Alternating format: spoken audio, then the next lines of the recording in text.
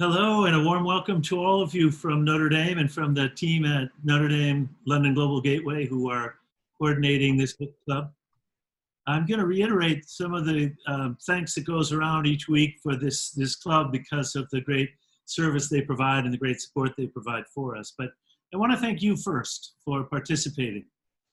We have 2 weeks remaining in our 4-week series. Some of you have been with us throughout.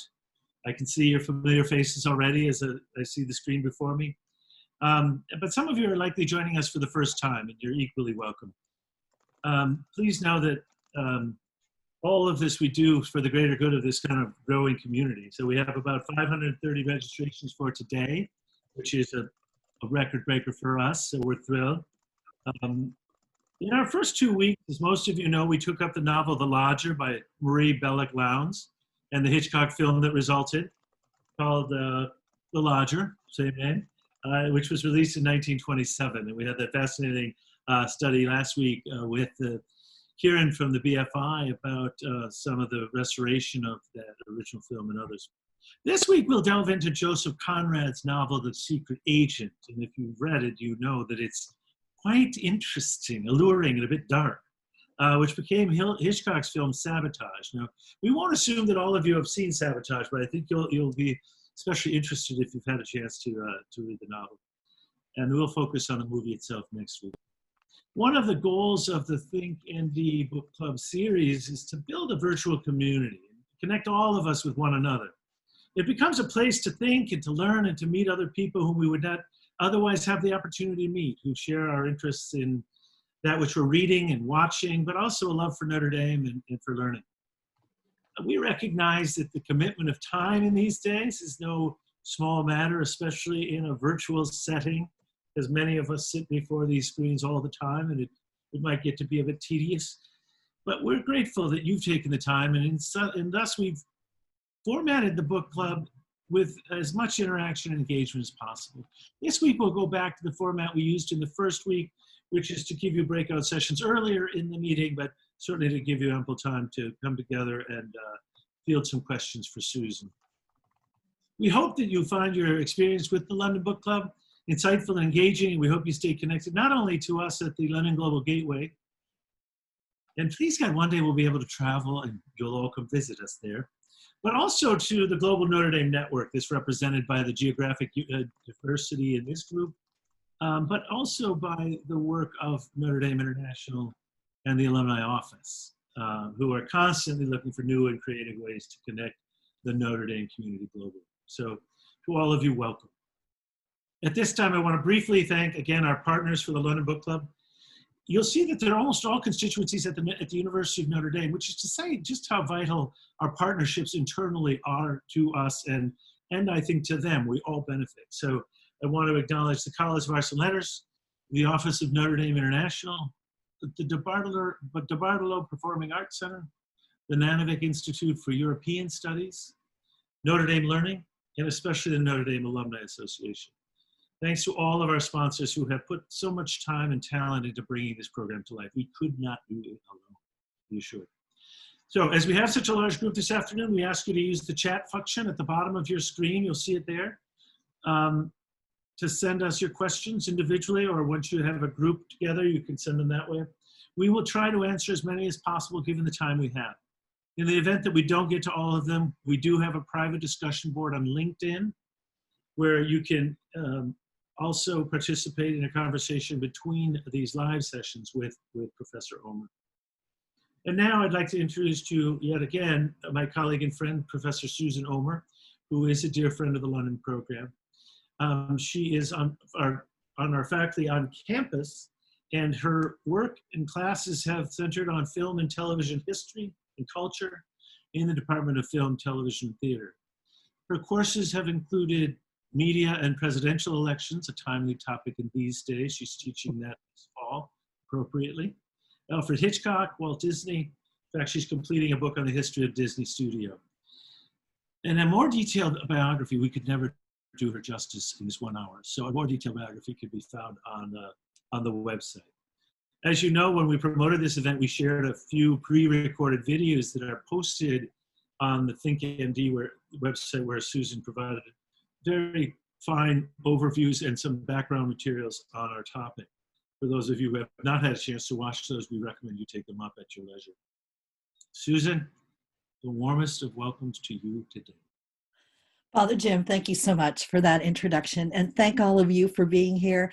I really do look forward to seeing you every week, and it's just a joy to be with you and a joy to be able to share our thoughts about the books and the films.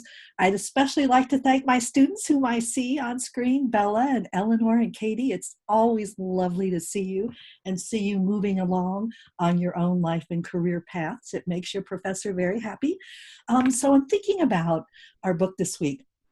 I'd like to share a few thoughts. One of them is that I really do hope that you've enjoyed reading the chapters we made available through Google Books, or I know many of you intrepid explorers have read the entire novel, which is wonderful too. You may not have started it because we know what schedules are like these days, so if you haven't, don't feel badly.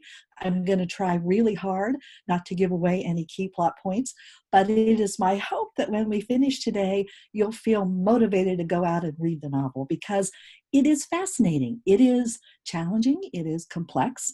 I will say that when I first started reading it, it took me a little while to get into it. Conrad takes an ironic tone, and he talks about this in the author's note when he says he gave a lot of thought to what tone to take to some of these activities. And he is someone who despised anarchists, and as you know from one of the videos, had a very complicated political life in his own family. So he thought very carefully about the choice of being ironic towards some of their activities. So that's something that we might talk about later. But I thought what I'd like to do now before our breakout rooms is to offer some general thoughts about the novel. And I think one thing that strikes us right off the bat is the theme of connection or interconnectedness that's so prominent throughout the novel. And this is something that clearly connects Conrad to Charles Dickens. In fact, Conrad said that Dickens was his favorite novelist, and you can see it. One of the things that's so interesting about Dickens is the way that there are these subterranean connections that come out in the course of the novel. People from different classes, different backgrounds, different parts of London are connected in mysterious ways that may not even be apparent to them. And that's very true of the characters and the events in The Secret Agent as well. Right from the beginning, in the chapters that we shared with you, the theme of connectedness is set up between Verloc's public work, running this shop, and we learned from page 1 what kinds of products he sells. But that shop is right in front of where he and his family live. And the book describes the porousness, really the lack of fixed boundaries between those two worlds. They just raise the counter and they're back in the parlor, or they put the counter down and they're back in their shop. So their private life and their business life are intimately connected. And the same is true in the way that the novel describes the connection between the shop and the street. There are multiple times in the story where Conrad or the narrator takes pains to say that the door between the shop and the street was always open, or it was open at odd hours, or it was open in the evening when you might not expect it to be open. So there's this sense that even things that serve as boundaries are more porous than one might expect. It also struck me, and one of the reasons we read novels and think about them in relation to films is you see something new every time. I don't care how much you read something or see something jumps out at you. And this time, what jumped out at me was the prevalence of doorways. How often characters are described as standing in front of doorways or leaving from doorways, or their walk to the doorway of someone they're meeting with. There's a lot of discussion of the connection between different spaces. When Verloc goes to meet Mr. Vladimir, his handler, there's a whole discussion of he goes into the space of the building and then he is ushered into Mr. Vladimir. So how these spaces connect is very much a prominent part of the novel. We also see that theme of spaces connecting in the way that the story maps onto London. One of the reasons I love this novel, and I will say at first, I didn't. At first I thought, should we read this? But Boy, it grows on you. And certainly if you miss London, I think you end up just loving this novel, even though the descriptions of London aren't necessarily flattering. There's one wonderful part where Inspector Heat is walking through, no, the assistant commissioner is walking through London and talks about it being an aquarium where somebody has just let out the water and all the slime is left on the walls. I mean, it's a pretty revolting description of a city, but we're talking late 19th century London, and the soot and the smog and so on. So it's not that surprising. But you have a lot of descriptions of walking, the long walk that Mr. Verloc makes to go to see Mr. Vladimir, and the walk that the assistant commissioner makes later on to go to see Sir Ethelred, and the walk that Inspector Heat makes as he goes through London and accidentally bumps into one of the bomb makers. The characters are always walking, they're traversing these spaces, and the narrator describes the spaces at great length and the feel of the space and the walls and the streets and the air. The air has an almost material feeling to it. So if you miss London and you miss walking through any part of London, I think this novel does a wonderful job of taking you back into the experience of walking through the city. It's also going back to the theme of connectedness, that we see the connectedness in terms of different kinds of work. So that the novel emphasizes that Mr. Verloc is what it calls a purveyor, that wonderful English word that we see on so many shops, a purveyor of shady wares of different kinds. He's a purveyor of shady books, shady pamphlets, shady information about shady people. So this shop that he operates is not totally distinct from his work as a secret agent. In fact, near the end of the novel, Conrad Verloc is thinking to himself about his life, and he describes himself as having a career as a secret agent. And he doesn't just mean in terms of spying, he means in terms of the kinds of materials that he sells as well. So there are these connections that may not be apparent on the surface between his work as a shopkeeper and his work in the political sphere. And similarly, there are connections in relationships. And that, I think, is one of the revelations in the book. The way that the spies and the police connect, the way that Verloc's private life connects to his public life. But if we think, for example, of the spies and the police, there's a wonderful section in the middle of the book. And if you haven't gotten that far, this is intended to entice you to go further, where Inspector Heat is meeting with the assistant commissioner. And there's a long interior monologue that Inspector Heat has, where he's ruminating on the commissioner's motives and how long is he going to have the job and so on. And then the novel gives us the interior thoughts of the commissioner and what he thinks of Inspector Heat and his relationship to his own boss. So you go back and forth between the two of them and their connection and really their parallel thoughts. But then the assistant commissioner makes a revelation that I think encapsulates much of the book. He talks about how his wife is friends with a great lady, he calls her a patron. And through his wife, he, the assistant commissioner, gets invited to these posh parties and he gets to meet all sorts of people. And one of the people he meets is the handler for Mr. Verloc. Now, he doesn't know that at the time, but it just reminds us that in the society that Conrad describes, just as with Dickens, people have these subterranean connections that they may not know, but that become apparent in the course of the novel. And in Conrad's case, it's ironic. His discussion of the great lady, she's a patron. It so happens that she's a patron of one of the anarchists, and that doesn't bother her. And the narrator talks about why this doesn't bother her, because she really doesn't think he's going to do anything terrible. But because she's his patron, the assistant commissioner comes into contact with him at this party, and in fact is worried that if he pursues this anarchist, it's going to come back to affect his life and his social connections. So again, this is just an indication of the complexity of social relationships in the book. So we have the theme of connectedness on a broad plot level. We have the theme of connectedness in terms of different kinds of work. We have connectedness and unexpected relationships between the spies and the police. And we have this social sphere where people from different classes who were actually strong enemies come into contact with each other and behave appropriately for a social environment. So that's kind of a big picture look at some of the broad themes in the film. But this is the time, and I'm mindful I could go on forever, but this is the time when we have our breakout rooms. So one of my hopes in just setting out that big picture is to encourage you to offer some thoughts in the chat and just to provide some jumping off points for when we do have the breakout rooms. So we're going to go into breakout rooms now. It is our time.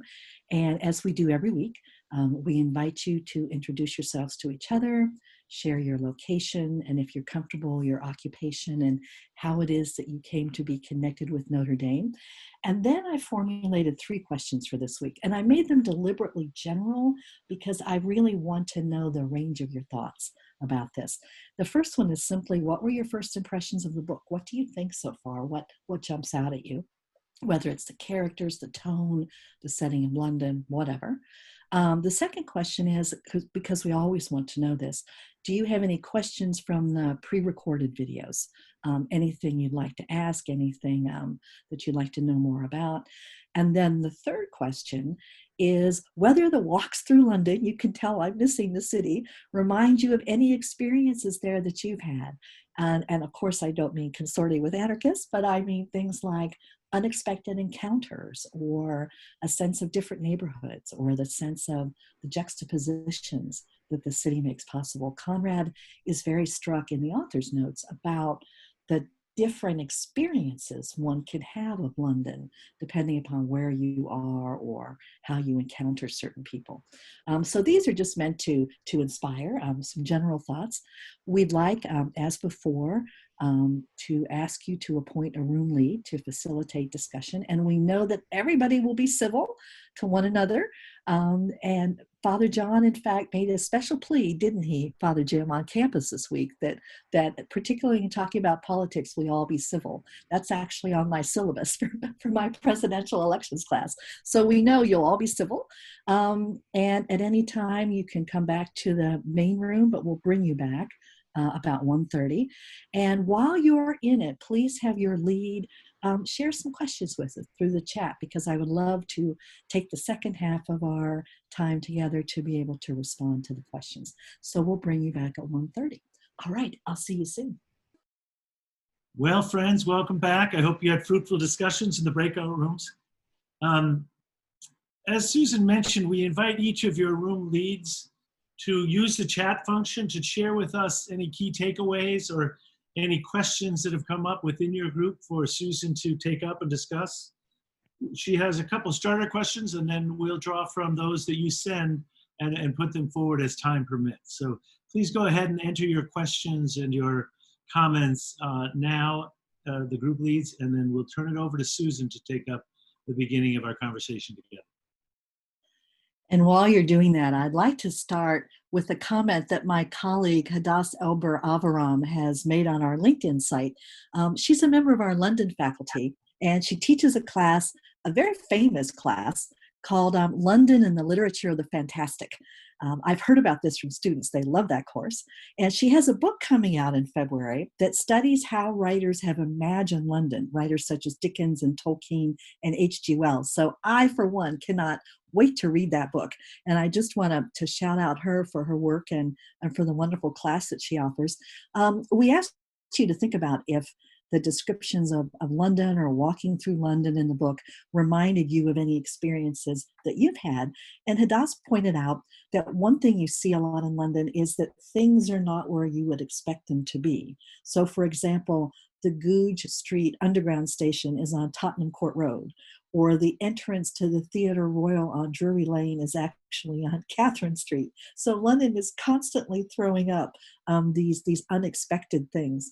This reminded me that the theater at Drury Lane is undergoing an extensive renovation back to its Georgian period. It was actually a 17th century theater that burned down twice by Andrew Lloyd Webber, who is very passionate about theatrical restoration, is taking it back to its early 19th century origins. So it's going to be unexpected and different when we see it again. And that's just a reminder of how London, like many historic cities, is constantly changing. So whenever we go there, there are things to be surprised about. Some other questions that have come in have to do with the dedication to H.G. Wells, and that's very interesting. Conrad mentions two of Wells's books that came out around the time he published The Secret Agent. One of them deals with a school teacher, but the other one, Kipps, has the subtitle of A Simple Soul, and it does remind one a bit of Stevie. It is about someone who is not sophisticated and doesn't feel at home necessarily in sophisticated human social circumstances. So I'm just thinking about why that dedication. They were friends. They were both suspicious of England's imperial ambitions. They were both acutely aware of social movements of their time. So it's interesting to note that, because we often think of Wells in terms of science fiction, the War of the Worlds, for instance, or the invasion from Mars. But it is interesting that Conrad reminds us of his social and political awareness and his interests. So it's something to keep in mind. Now, looking at our question, and I see one from Bella, my student. Okay.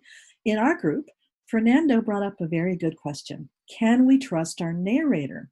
Does his overtly critical take on most of the characters in the novel reflect how we see them, or do we come away with a more nuanced take?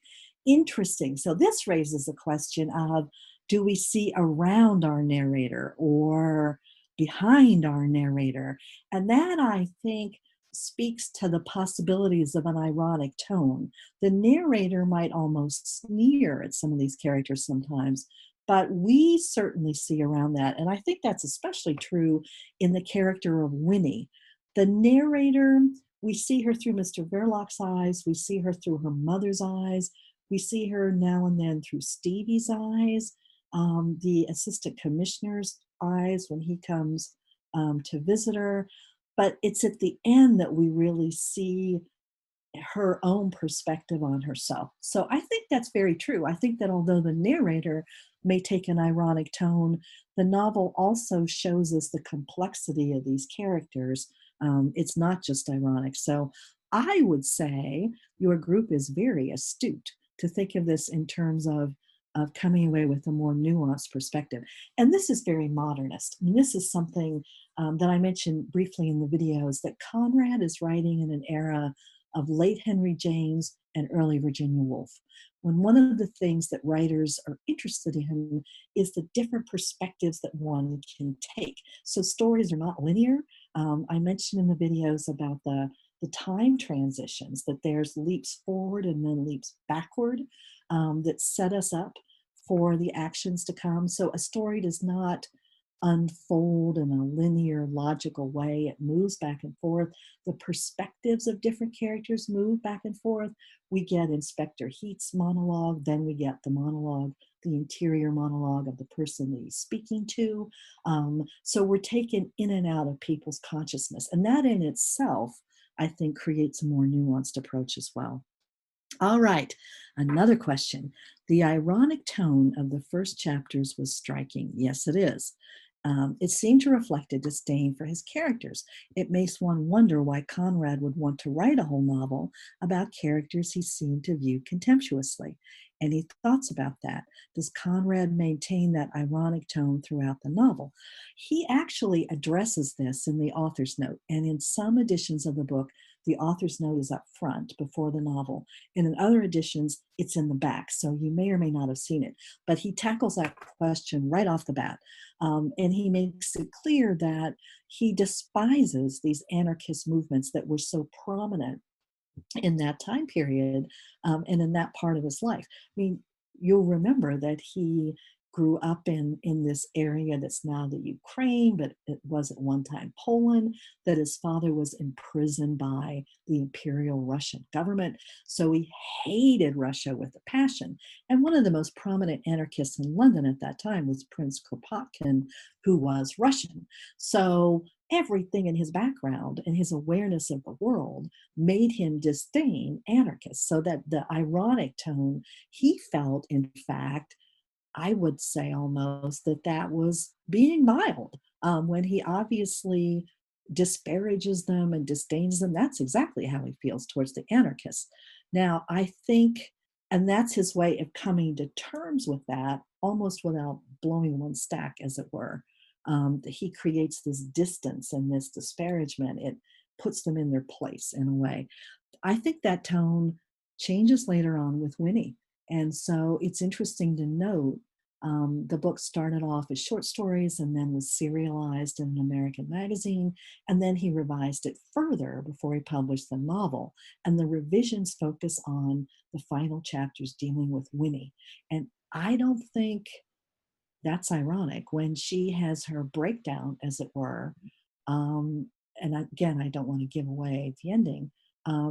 That's not ironic. It's very intense, it's very heartfelt.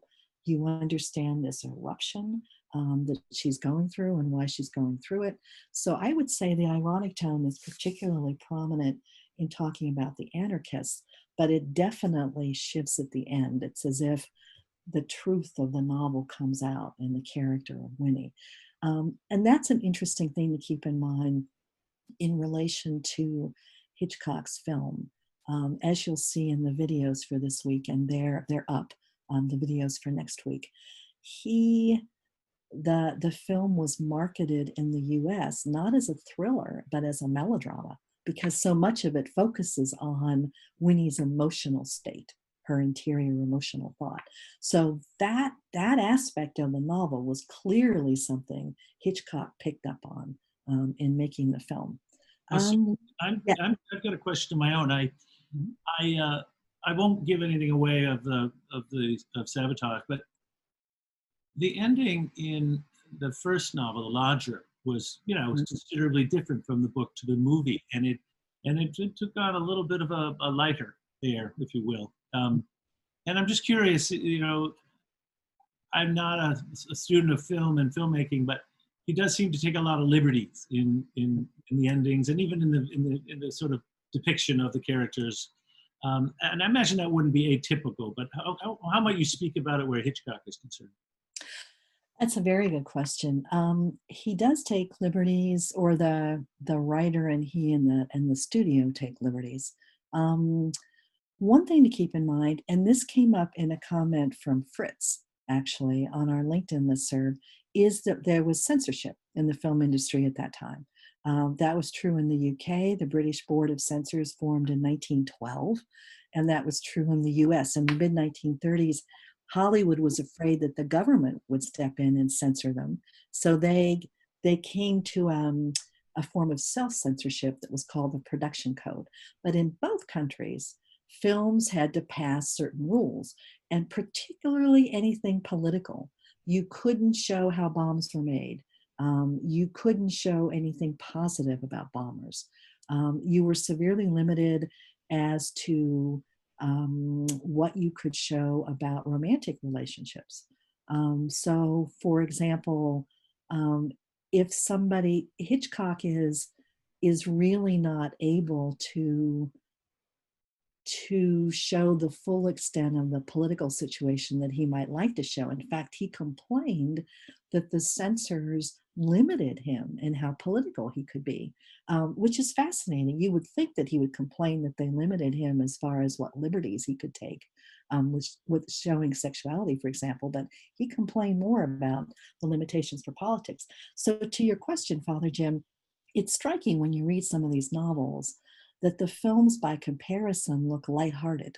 I don't know if we would say Sabotage is a comedy, but it has some comic moments. It has a number of comic moments, which we don't, I think, so much find in the novel. And I think part of that is he wasn't making a documentary. He wasn't making what was called at the time a social issue film. He wanted it to be popular. The studio wanted it to be popular and lighthearted. So there's a dramatic difference in tone. Certainly, you're right. It's the films. Certainly, the one we'll see next week tend to be more comic. There's a stronger romantic element. There are moments of genuine lightness. Um, Even the conspirators are kind of bumbling. The person who makes the bomb is really a comic, kind of befuddled character. He's not the one in the novel is scary. The professor, he's kind of scary. You get the sense that he probably could go off himself at any moment, but not the character in Hitchcock. He's much more comic. So yes, you're right. He certainly takes liberties. I don't know that some of that's a choice, but another thing to keep in mind about Hitchcock as a director is that we now think of him as exercising lots of creative control because in Hollywood and in the 1950s he could. In the 30s, no. I was reading something the other day that argued that a director like Hitchcock in the 30s was more of a coordinator, more of an administrative coordinator. He brought together all these pieces and did his best to keep the studio bosses happy, but he was not the creative artist or originator that we think of. So I think you're right. He definitely takes liberties towards making things more lighthearted and more comic, partly through censorship and partly because he had to do what made the studio happy. And that made them happy as opposed to a hard-hitting drama about bombers. Related, related to this, one of our groups asked, why do you think Hitchcock chose this story to make into a film? And it brings up the question, was he the one who would, sort of read a novel and be drawn to it? Or would he get screenplays? Or I mean, do you know how that worked in his, sort of type of the way he did his job? It was both, and it had to do with his position in the studio. Many times in the early 30s, he was told, you're going to direct this. He could make suggestions, but they may or may not be taken up. Now, as I recall, he optioned the rights to the secret agent. He wanted to make it, even though he used the title for a different film. He was really thinking about spies and the political process at this time, so he chose to make this. And it's interesting because up to the time when I read the book, I thought, what was it that attracted him to this? And I'll tell you, we recognize that we shared with you the first 4 chapters. And so if you want to read further on, that's certainly something that we encourage you to do. I think the meat of the book for Hitchcock was the ending with Winnie and Mr. Verloc. And I was struck by how much the film, in fact, uses the dialogue of that important scene verbatim from the book. I won't give it away until next week when everybody's seen the film, but that's the meat of the book for him. And that, I think, is what he really picked up on. So sometimes people could option a novel because there are parts of it that they want to work with, for example. Excellent, excellent. I just had somebody at my door, so I had to give them a wave. Ah. You, be assured. There is another question, and it's more of a literature question, and you may be able to address it. But although Conrad does not like the Russians so much, as you've said, does the concentration on the psychological, the crime, guilt element of this novel draw traditions from Russian literature like Dostoevsky and others? Amen. Brilliant insight. Absolutely brilliant. I think that's absolutely right. In fact, I was making notes in the margins this time of places where I was thinking of the brothers Karamazov or Crime and Punishment. Dostoevsky, I adored Dostoevsky when I was a teenager. I just thought he spoke to my teenage self. And I think in retrospect, I've seriously read everything about Dostoevsky wrote when I was a teenager. I think it's because he speaks to a passionate teenager. His characters are imaginative and they ruminate things. But the specific influence is certainly the character of Stevie, who's kind of a holy fool, who has these strong feelings and these sympathy for horses, for example, and other people. That's very Dostoevskian. The idea that a criminal like Verloc could ruminate about his guilt, and was it his fault or not? That's Dostoevskian.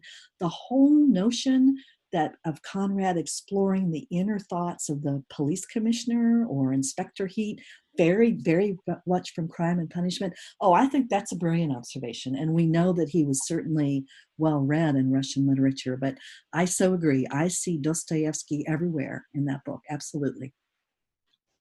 There's an interesting comment from someone who studied in an old Italian city in Bologna during the years of, is it Lead? I'm not quite sure, which was a height of terrorism in that city, ending with the bombing of a train station, killing 85 people. And one never knew if among the students or faculty if you were rubbing shoulders with people of terrorist groups and things like that. Would there have been an element of that in these anarchist days? I mean, or would it have been a smaller subset that you wouldn't have probably come upon it very often?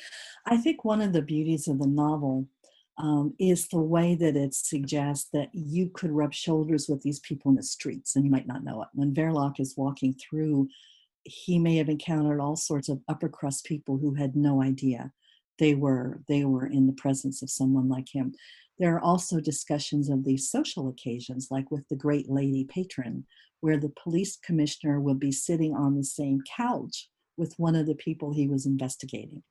So Conrad certainly depicts a society where that's true. I'm really glad that one of our participants mentioned Bologna, because I wanted to say that last week when we talked about film restorations with Kieran, films that are restored like this make their debut in film festivals. And one of the most prominent is in Bologna every summer at the end of June. It's just the kind of place where the Hitchcock Nine screened, in fact. And these film festivals, you know, we often hear about festivals like the Cannes Film Festival that's very exclusive and only movie stars get to go. Most film festivals are open to the public. So if you're interested in older movies and restorations, Bologna, for example, is completely open. And it's like $5 a day to see 12 hours of movies. So I'm glad they mentioned Bologna. We go in the summer, and it's a particularly special place for film historians.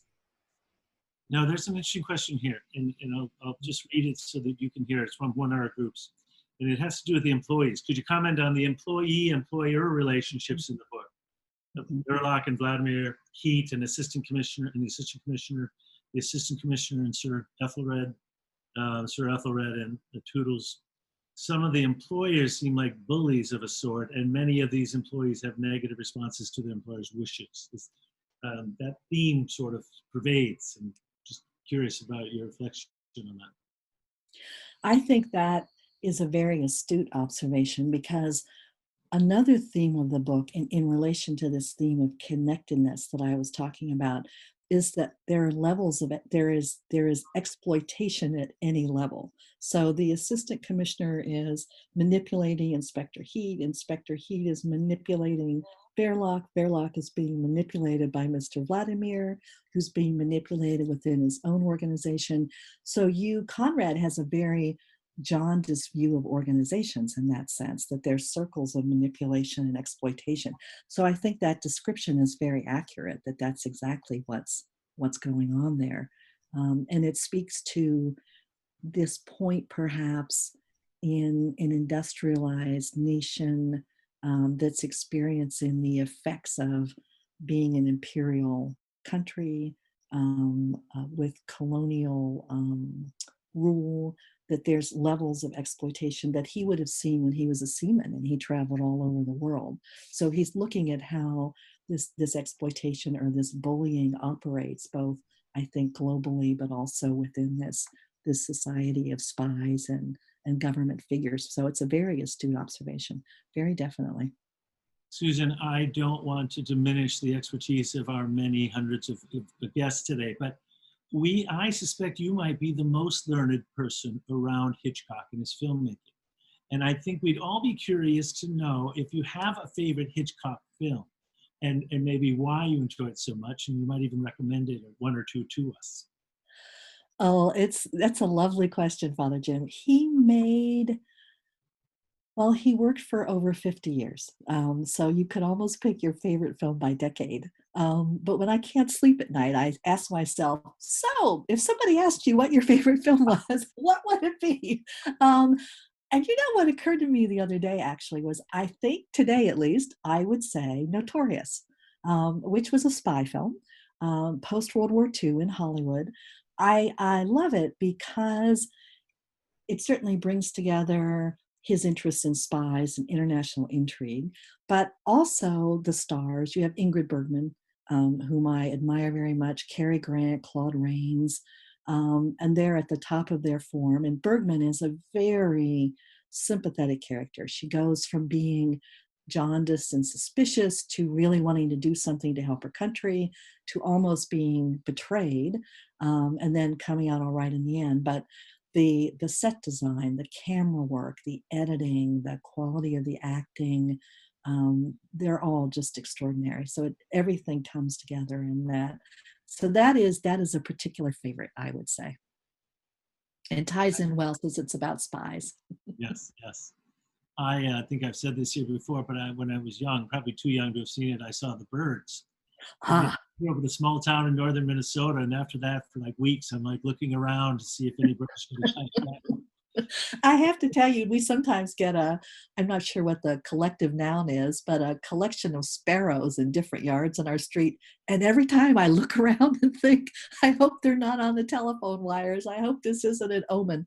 That movie stays with you forever. I'll just say that now. Indeed, indeed. We're going to wrap up shortly, but is there any teaser you want to offer us? Any recommendations for next week as we gather to talk about Sabotage? I think you'll find the film, even if you know the film well, you'll see it with through a whole different lens once you've read the novel. It makes some interesting changes in the novel, as I talk about in the videos, so I won't give that away. But it's particularly interesting to see that the way that Hitchcock works with the character of Winnie. The Verloc of the film is a lot like the Verloc of the novel, this kind of dull, stolid character who doesn't have a lot of self awareness and blames other people for his problems. But the character of Winnie really brings that aspect of the story to life. So I just think now that you're familiar with the novel, you will enjoy the film even more. So I look forward to hearing everybody's thoughts about that next week. Thank you, Susan. And I want to thank all of you for joining us today. We invite you to continue the conversation online on the discussion board on LinkedIn that I mentioned earlier. In addition, for next week's meeting, if you're able to see Hitchcock's film Sabotage, it's available free on YouTube and at the link we've shared, and also on Amazon Prime, is our understanding. In addition, part 4 of the series now is on the LinkedIn website. So you'll see similar to our previous gatherings, there's some preparatory films, shorts that Susan's put together for us, and then and some commentaries. So we'd encourage you to check that out and be prepared to gather again and to discuss the film and all other things Hitchcock next week. Also, please feel free to share this series with your friends. We set it up as a standalone opportunity because we want everybody to feel welcome at any time. And so we just want you to encourage people to register and just pass along the information to them, and we'd be happy to have them join us. We'll take registrations right up until 1 p.m. on Wednesday Eastern Time next week when we begin our last part of the series. I want to thank all of you again, and God bless you, and I hope you're back again next week. Take care. Thank you.